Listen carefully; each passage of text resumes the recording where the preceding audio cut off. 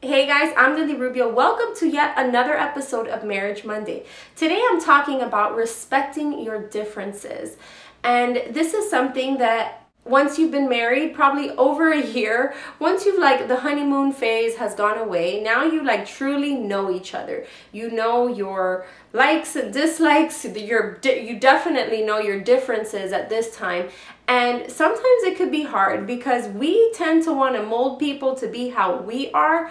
But as you know, we are wives. We're not here to be anyone's mom or to make anyone be anything that we want them to be. And so it's so important that we identify what our differences are and then respect our spouses for those differences. For example, my husband and I are very different in a lot of ways, mainly in our personalities. I'm very out there, I like talking to people and just being very social, and he is not like that. And I know in the beginning of our marriage, I wanted to be like, honey, talk, or be more involved, or he's a little more quiet and reserved. But when we're alone, he can be himself, but just in front of people, he tends to be a little more quiet. He's extremely camera shy, and I'm like, I love being in front of the camera, or it just feels natural to me.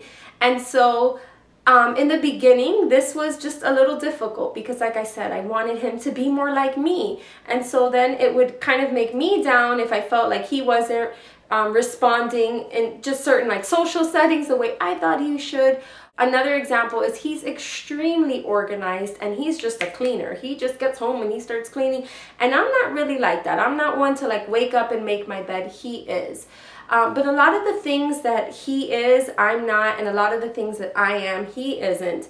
And what I found is that if you can learn to learn from those things and then make each other, I respect and admire those things about him, that he's that way. And I know that he wishes that he could also be a little more vocal and stuff. And so I felt what I've seen over the years is that we've been able to embrace our differences and kind of complement each other and bring out the best in each other because of that. So we see that in all of our marriages, you guys. Rather than trying to change our spouses or make them more to who we want them to be, I think it's beautiful to, accept them for who they are, unless it's something that's harming them or isn't bringing out the best in them, and you see a decline in their well-being or their spirits, just whatever it is, what that thing is. But for the most part, we just have to accept and respect each other's differences and not try to make them more like us, because don't we wish everyone just acted the way we did, responded the way we did?